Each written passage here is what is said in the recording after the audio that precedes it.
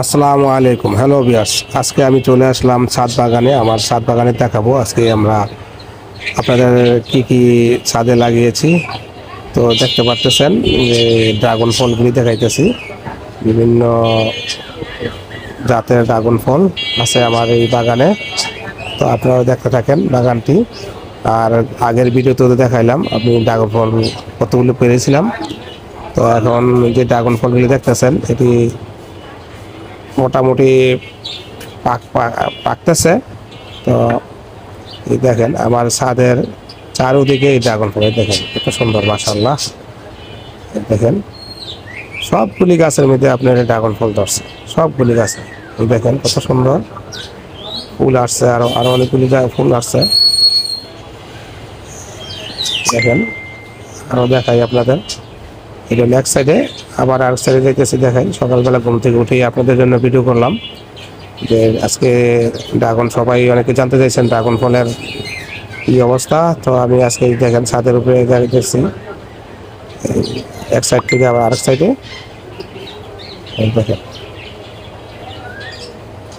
দেখছেন কোথায় ধরছে, সুন্দর, ভালো লাগে না দেখতে? কিন্তু খুবই ভালো লাগে। দেখেন সবটি জায়গায় আপনার ফুল ধরছে, দেখে ফল, মাশাআল্লাহ। আপনারা যারা ছাদে আছে, জায়গা একটু আছে, আপনি কিন্তু পরিচর্যা বেশি একটা লাগে না এই ড্রাগনে, সামান্য পরিচর্যা করলেই হয়ে যায়।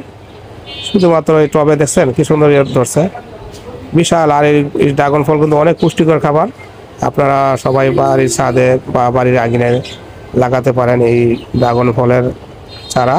চারা না, এখানে কেটে কেটে দিলেই হয়ে যায় এই ড্রাগন। আপনি শুধু টবের মধ্যে মাটি দিয়া কিছু ডিমের খোসা, সার, কিছু হালকা পাতলা সার দিলেই আপনার হয়ে যায়। আর আপনার একটা চারা থেকে আপনার প্রতি বছর বছর অনেক চারা হয়। আমার কিন্তু চারা কয়েকটা, দু একটা চারা থেকে আপনার এই এখন প্রায় 16-17টা চারার হয়েছে, চারা হয়েছে। তা আপনার দেখেন এই যে কত সুন্দর ধরছে, লাল হয়ে আছে পেকে। আর নিজের জিনিস খেতে আসলে অন্যরকম স্বাদ, অন্যরকম তৃপ্তি, অন্যরকম মজা। তো আপনারা যারা আশেপাশে আছেন, যারা বাড়ির ছাদে আছেন, আঙিনায় আছেন, আপনারা ড্রাগন ফলের চাষ করেন এবং বাইরে খাবার পরিত্যাগ করে আপনি নিজেরা চাষ করে খেতে পারেন। অনেক মজার এবং তৃপ্তি পাবেন, যে বলারও বাহিরে। এই জন্য আমি আপনাদের বিভিন্ন, এই দেখেন একটা কি সুন্দর ধরছে, এই দেখেন কি সুন্দর, মাশাআল্লাহ, মাশাআল্লাহ, মাশাআল্লাহ। এই জন্য আপনাদের সবাইকে দেখাইলাম যে আমার বাগানের যে ড্রাগন ফলগুলি ধরছে, খুবই সুস্বাদু, খুবই মিষ্টি এবং লাল হয়েছে সেরকম, যে বলার বাইরে।